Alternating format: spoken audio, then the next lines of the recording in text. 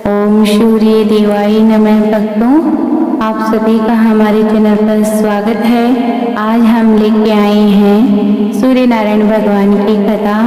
आज है प्रथम रविवार और ज्येष्ठ मास का प्रथम रविवार को अगर हम ध्यान पूर्वक कथा सुन के जल अर्घ्य देके और पालन से हम पूजन करते हैं, विधि विधान के पालन से, तो हमारी मनोकामना निश्चय ही पूर्ण होती है। विधि है इस प्रकार, सर्व मनोकामनाओं की पूर्ति हेतु रविवार का व्रत श्रेष्ठ है।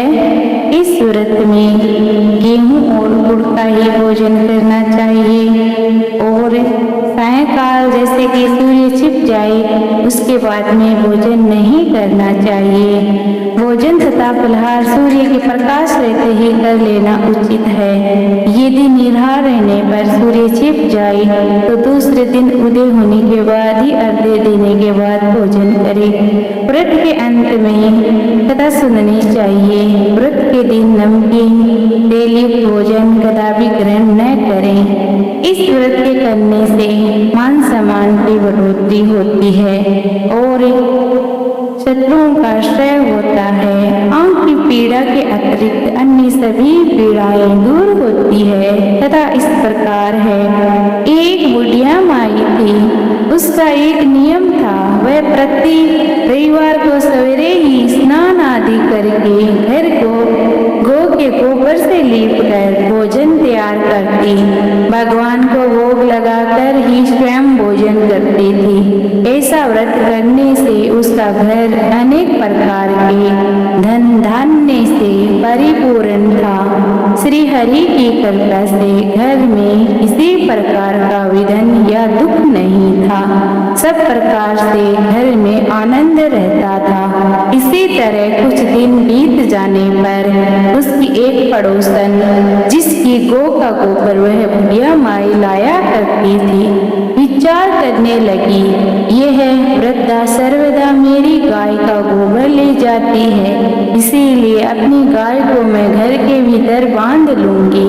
और बुढ़िया माई को गोबर न मिलने से रविवार के दिन अपने घर को वह न लीप सकी, इसीलिए उसने न तो भोजन बनाया न भगवान को भोग लगाया तथा स्वयं भी उसने भोजन नहीं किया। इस प्रकार उसने निराहार व्रत किया। रात्रि हो गई और वह भूखी सो गई।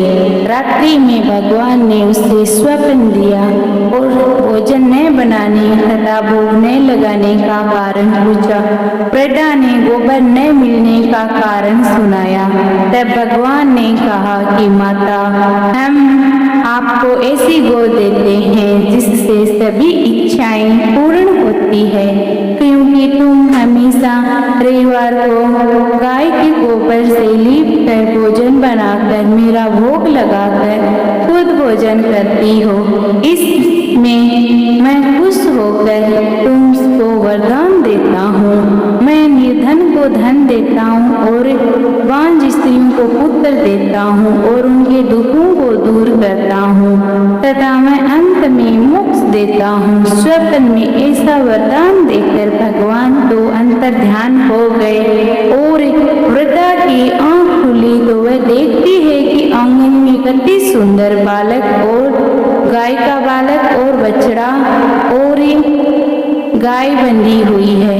वह गाय को और बछड़े को देखकर अति प्रसन्न हुई, उसको घर के बाहर बांध दिया और वह खाने को चारा डाल दिया। जब उसकी पड़ोसन बुढ़िया ने घर के बाहर एक अति सुंदर गाय और बछड़े को देखा तो वह द्वेष के कारण उसका हृदय जल उठा। उसने देखा कि गाय ने सोने का गोबर दिया है तो वह उस गाय के गोबर को ले गई और अपनी गाय का गोबर उसकी जगह पर रख गई। वह नित्य प्रति ऐसा ही करती रही। सीधी सादी बुढ़िया को किसी बात की खबर नहीं होने देती थी। सर्वोपरि भगवान ने सोचा कि चालाक पड़ोसन के कर्म से तो बुढ़िया ठगी जा रही है, तो ईश्वर ने संध्या के समय भयानक जोर से आंधी चला दी। बुढ़िया ने आंधी के भय से अपनी गाय को घर के भीतर बांध लिया। प्रातःकाल जब वृद्धा ने देखा कि गाय ने सोने का गोबर दिया है तो उसके आश्चर्य की सीमा न रही और वह प्रतिदिन गाय को घर के भीतर बांधने लगी। उधर पड़ोसन ने देखा कि बुढ़िया गाय को घर के भीतर बांधने लगी है। उसका सोने का गोबर उठाने का दावा न चला तो वह ईर्ष्या और डाह से जल उठी। कुछ उपाय न देखते पड़ोसन ने उस देश के राजा की सभा में जाकर कहा, महाराज, मैं आपके लिए एक संदेश लेके आई हूँ। मेरे पड़ोस में एक वृद्धा के पास ऐसी गौ है जो आप जैसे राजाओं के ही योग्य है। वह नित्य प्रति सोने का गोबर देती है। आप उस सोने से प्रजा का पालन करिए। वह वृद्धा इतने सोने का क्या करेगी? राजा ने यह बात सुनकर अपने दूत को वृद्धा के घर गाय लाने का आदेश दे दिया। वृद्धा प्रातः ईश्वर का भोग लगाने जा ही रही थी कि राजा के कर्मचारी आकर गाय को खोलकर ले गए। लेकिन वृद्धा काफी रोई चिल्लाई, परंतु कर्मचारियों ने एक न सुनी बुढ़िया माई की और वह रो रो कर ईश्वर से गाय को पुनः पाने के लिए प्रार्थना करती रही। उधर राजा को गाय देखकर बहुत ही अच्छा लगा, लेकिन सुबह जैसे ही वह उठा और देखा कि सारे महल में गोबर ही गोबर देखने को मिला, राजा यह देखकर घबरा गया। भगवान ने रात्रि में राजा को स्वप्न में कहा, हे राजा, गाय को वृद्धा को लौटाने में ही तेरा भला है, नहीं तो तेरा मैं सारा राज्य नष्ट कर दूंगा।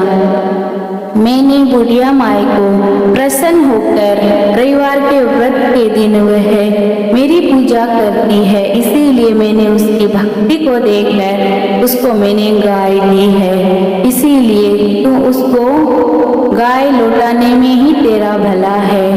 वह राजा बुढ़िया माई को बुलाकर के साथ सम्मान के साथ गाय और बछड़ी को लौटा दिया। प्रातःकाल उसकी पड़ोसन को बुलाकर उचित दंड दिया। इतना करने के बाद राजा के महल से गंदगी दूर हो गई।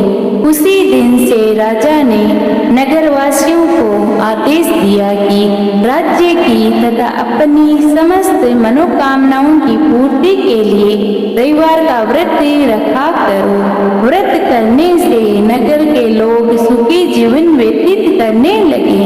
कोई भी बीमार तथा प्रकृति का प्रकोप उस नगर पर नहीं होता था। सारी प्रजा सुख से रहने लगे। बोलो सूरज भगवान की जय। अब हम जल देते समय मंत्र का उच्चारण करते हैं। उस मंत्र को हम अभी बोलेंगे। ओम गृहिणी सूर्याय नमः। ओम गृहिणी सूर्याय नमः। ओम गृहिणी सूर्याय नमः। ओम गृहिणी सूर्याय नमः। ओम गृहिणी सूर्याय नमः। ओम गृहिणी सूर्याय नमः। ओम गृहिणी सूर्याय नमः। ओम गृहिणी सूर्याय नमः। ओम गृहिणी सूर्याय नमः। ओम गृहिणी सूर्याय नमः। ओम गृहिणी सूर्याय नमः। ओम गृहिणी सूर्याय नमः। ओम गृहिणी सूर्याय नमः। ओम गृहिणी सूर्याय नमः। ओम गृहिणी सूर्याय नमः। ओम गृहिणी सूर्याय नमः। ओम गृहिणी सूर्याय नमः। अब हम उच्चारण करेंगे। सूरज भगवान और शनि महाराज का एक साथ उच्चारण। और इस दिन तो ये है ज्येष्ठ मास का प्रथम रविवार। इस दिन भगवान सूरज भगवान का और शनि महाराज का एक साथ उच्चारण करने से सर्व सुखों की प्राप्ति होती है। ओम सूर्य देवाय नमः। ओम शनि देवाय नमः। ओम सूर्य देवाय नमः। ओम शनि देवाय नमः। ओम सूर्य देवाय नमः। ओम शनि देवाय नमः। ओम सूर्य देवाय नमः। ओम शनि देवाय नमः। ओम सूर्य देवाय नमः। ओम शनि देवाय नमः। ओम सूर्य देवाय नमः। ओम शनि देवाय नमः। ओम सूर्य देवाय नमः। ओम शनि देवाय नमः। ओम सूर्य देवाय नमः।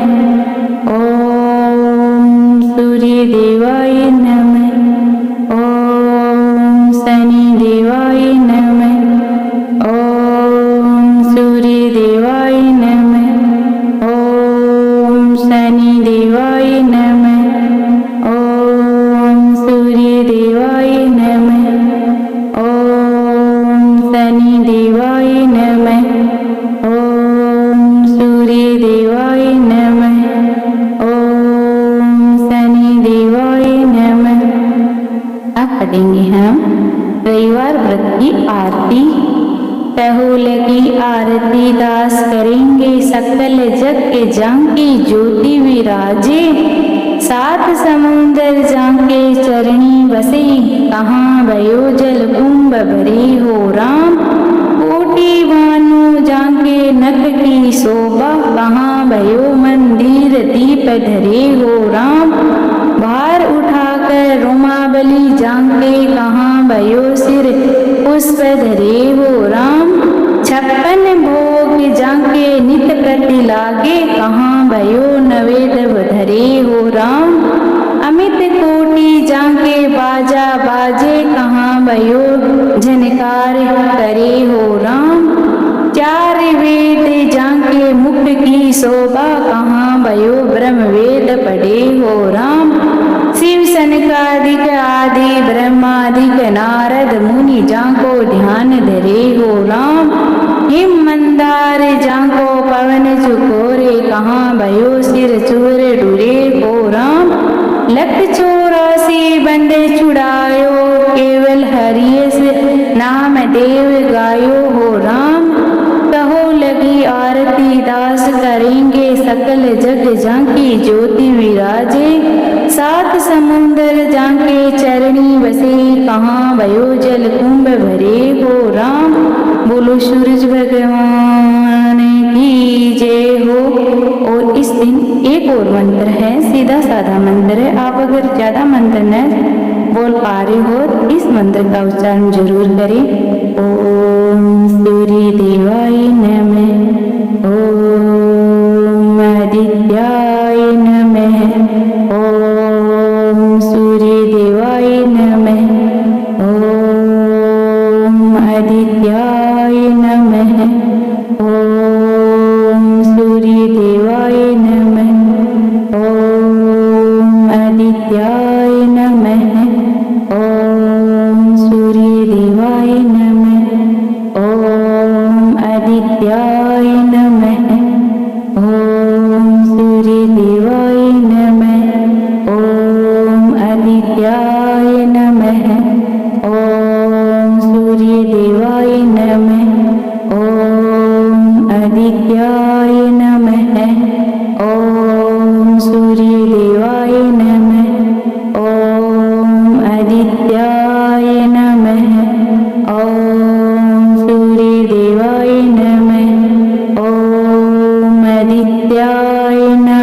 हैं। जय हो सूरज भगवान की जय। भक्तजनों, आज के लिए इतना ही, समाप्त करते हैं यहाँ पे ही मंत्र और कथा। अब हम कल लेके आएंगे और इसी तरह आप हमारे चैनल पर बने रहना। और आज आपको ज्येष्ठ माध्यमिक का दूसरा अध्याय भी मिल गया हो से, और आप